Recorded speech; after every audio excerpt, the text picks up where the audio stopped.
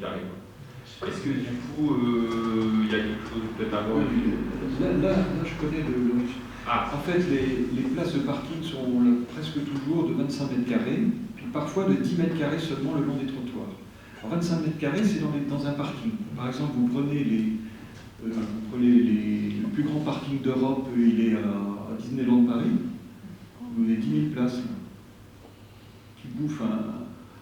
qui bouffent une quantité, je ne sais plus, 400 hectares, je ne sais plus, voilà, je crois que c'est ça. Donc ça coûte les accès 4 hectares, un truc comme ça.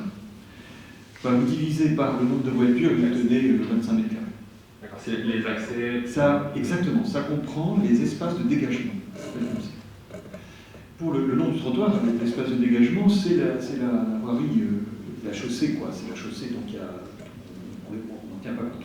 Pour les garages, il se trouve qu'un garage, c'est 11 mètres carrés, là, ça dépend s'il y en a 2 voitures, ça, et je crois que c'est 15 mètres carrés pour un garage, en moyenne, la superficie d'un garage, plus à peu près 10 mètres carrés. Il se trouve qu'on tombe à nouveau sur 25 mètres carrés, mais c'est un hasard. 10 mètres carrés d'accès de la descente du garage, si vous voulez. En moyenne. Hein. Et donc, parce qu'il y a de temps en temps quand même du stationnement le long de la voirie, on n'obtient pas avec 3 places 75 mètres carrés, mais un peu moins. On obtient 65 mètres carrés. Et c'est pas moi qui fais ces calculs-là, c'est la métropole européenne de Lille. Il y a des gens assez costauds, question stationnement, qui ont calculé ça. Moi, j'ai fait d'autres calculs, parce que bon, c'est des questions complexes. Hein.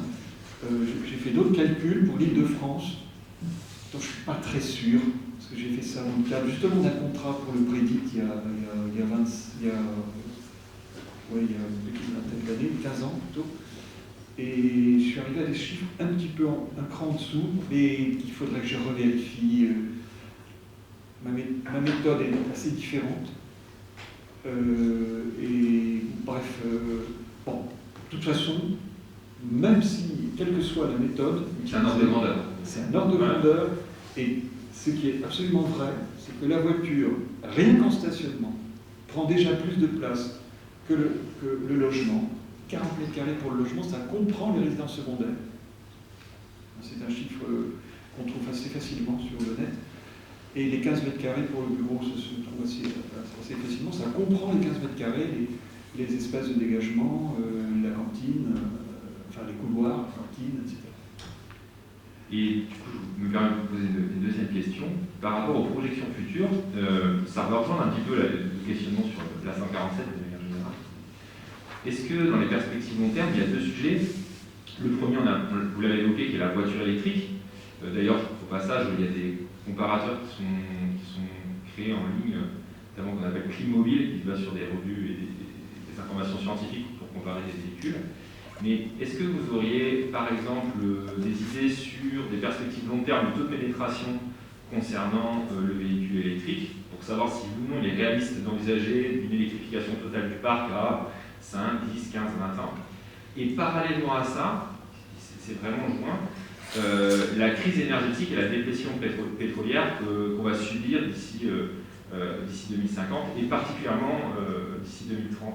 Est-ce que ça, c'est des choses... C'est très, très complexe, toutes ces questions. La voiture électrique, je ne suis pas un spécialiste de la voiture électrique, mais c'est très très étudié. Parce que c'est très étudié, moi je ne l'étudie pas. En revanche, vous voyez, l'épuisement des ressources naturelles, c'est aussi étudié, mais c'est pas mis en... On ne rassemble pas tout ce que j'ai rassemblé là, en 3-4 diapos, c'est jamais dit à la suite. C'est ça qui est très étonnant. On sait beaucoup de choses sur l'épuisement des ressources naturelles, mais on n'applique pas ça au sujet de la voiture. On dit épuisement des ressources, voilà. Après, on ne va pas chercher l'info.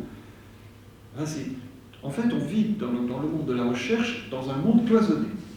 Vous avez les spécialistes de voitures électriques qui ne connaissent rien au vélo, les spécialistes du transport public qui connaissent rien à la... Enfin, c'est très très cloisonné. Et personnellement, j'essaie de décloisonner. Alors évidemment, ce qu'on a tendance à ce qu'on me renvoie, ce qui est assez logique, c'est que finalement, je ne sais rien. Je suis spécialiste de rien. Alors que je pense au contraire qu'avoir une approche systémique, transversale de tous ces sujets, c'est un apport scientifique important. Donc, quand même, pour essayer de répondre à votre question, il y a encore pas mal de défis à relever pour la voiture électrique. Déjà, la batterie, ça risque de bouger encore pas mal, puisque la batterie lithium-ion devrait être remplacée par d'autres solutions. Quelle autonomie elle aura, quelle autonomie elle permettra, sûrement bien plus qu'aujourd'hui, mais surtout quelles ressources elle utilisera. Est-ce qu'on arrivera à échapper à l'utilisation de ressources rares ou stratégiques comme aujourd'hui? Parce qu'aujourd'hui, il y a une ruée sur le lithium qui explose, sur le cobalt, etc. Est-ce qu'on arrivera à contourner ces verrous? J'en sais rien, enfin, c'est très, très complexe. Il faudrait être vraiment spécialiste de la batterie et que de la batterie pour mieux répondre, quoi. Mais peut-être les gens ici le savent. Ensuite, mais mon propos, c'est pas celui-là. Moi, je pense que c'est pas très intéressant de savoir si la voiture électrique va s'imposer ou pas. Je pense que de toute façon, elle ne résout qu'une petite partie des nuisances, c'est pas que la pollution et les émissions de gaz à effet de serre, mais c'est aussi beaucoup d'autres choses. Et pour certaines de ces nuisances, elle les aggrave, notamment la pression sur les métaux, bien entendu, mais aussi, oui, donc les métaux lourds, les diffusés dans l'environnement, la consommation d'espace, les accidents, on les entend moins, ça devrait augmenter, enfin, etc. Donc, la voiture électrique, elle ne résout qu'une petite partie du problème. Et donc, on la présente comme la solution, mais en fait, c'est de la voiture pour remplacer la voiture. C'est tout changer pour que rien ne change. Voilà. Donc, c'est pour ça que je ne veux pas rentrer dans ces considérations très complexes concernant la voiture électrique, même si je lis plein de choses sur le sujet, bien sûr. Parce qu'il y a d'autres choses à faire, quoi, parce qu'il y a plus urgent que de... Enfin, la voiture électrique, c'est une impasse. C'est clair, c'est... Alors, pas à 10 ans, non, c'est vrai. Mais à 30 ans, ça commencera à l'être certainement, et puis à 50 ans, c'est sûr, quoi, sûr. Ce n'est qu'une étape. Voilà, puis, donc je pense même avant, enfin, je pense que, vu les problèmes qui nous tombent dessus de tous les côtés,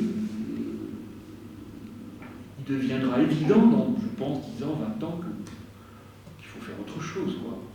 Et puis, ce qui se passe, c'est que ces véhicules intermédiaires, par exemple, que vous avez découvert là, c'est un sujet de recherche que j'essaie de porter avec une petite équipe et tout ça.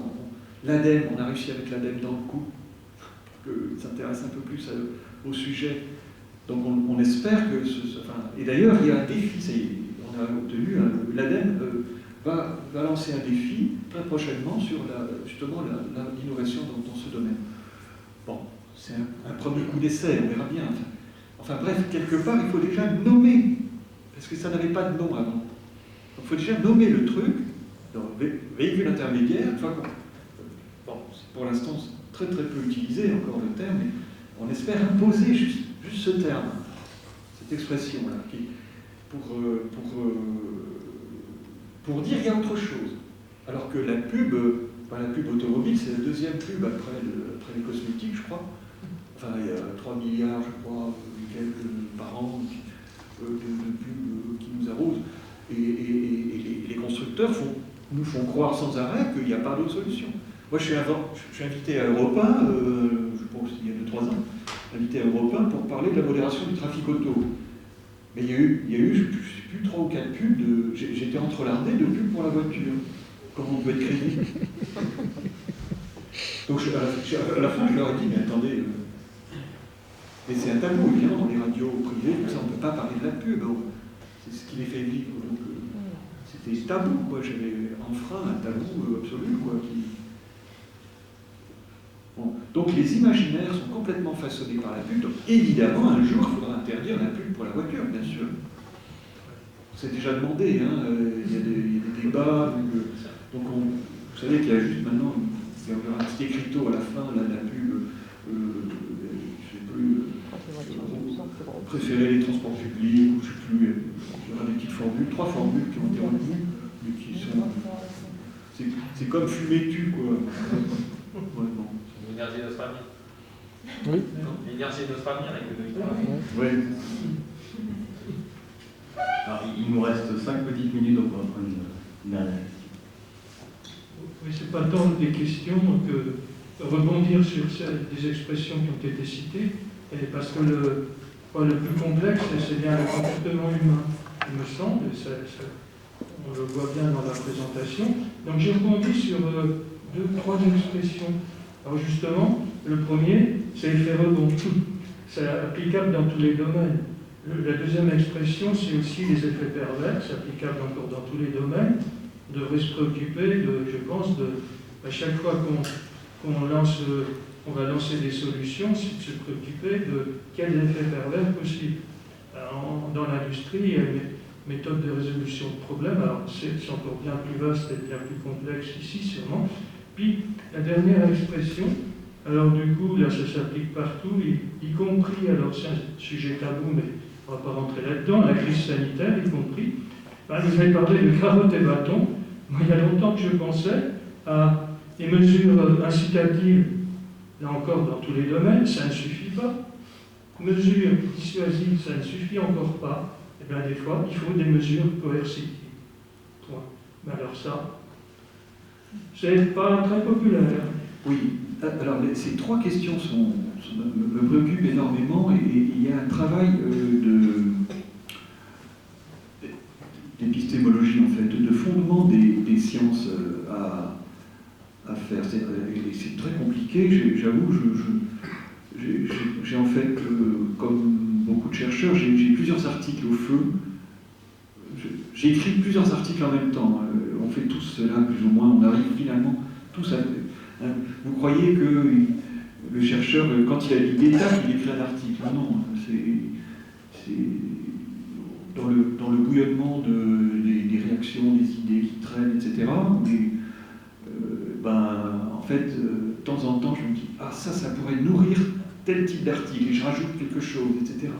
Et donc j'ai un article sur les effets pervers et l'effet rebond. L'effet rebond étant une forme d'effet pervers.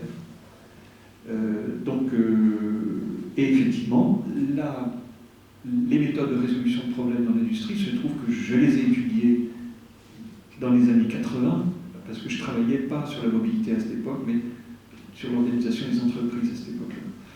Donc j'ai cette double, le fait d'être à la fois, d'avoir en fait navigué entre plusieurs domaines de recherche, m'a permis de comprendre qu'il y a toute une réflexion à avoir, à construire là-dessus. Donc cet article, il n'est pas mûr encore, mais il est déjà écrit en bonne partie, mais puis il faut trouver la revue qui acceptera, ce qui n'est pas la moindre... Après, l'effet rebond, effet pervers, et le troisième... C'était la carotte et le bâton. Oui, carotte, oui. Donc incitation et contrainte, oui, mais en fait, toute incitation ne peut être crédible que s'il y a de la contrainte en même temps. Voilà, c'est ça qu'il faut comprendre. S'il n'y a pas de contrainte en même temps, une incitation, on peut prendre plein d'exemples. Donc la modération de la circulation automobile, c'est le meilleur exemple. Si vous mettez une contrainte sur l'espace dévolu à la voiture, donc si vous restreignez son espace de circulation, par exemple, en passant de 4 fils à 2 fils sur un boulevard. À Limoges, il y en a plein, des boulevards à 2 fois 2 voies. Il faut savoir que Besançon, à Nantes, enfin dans pas mal de villes, on a remplacé tous ces boulevards ou ces pénétrantes qui étaient à 4 fils, à 2 fois 2 voies, à 2 fois 1 voie. Donc on a supprimé. Voilà. Alors évidemment, ça râle dans un premier temps, mais ensuite, ça permet de... Alors évidemment, on a remplacé les deux... On a mis des aménagements cyclables sur le côté, en général, c'est ce qu'on fait. Et c'est très incitatif pour les cyclistes. Donc c'est à la fois une contrainte pour les automobilistes et en même temps une incitation pour les cyclistes. C'est-à-dire que le même aménagement, c'est les deux, quoi.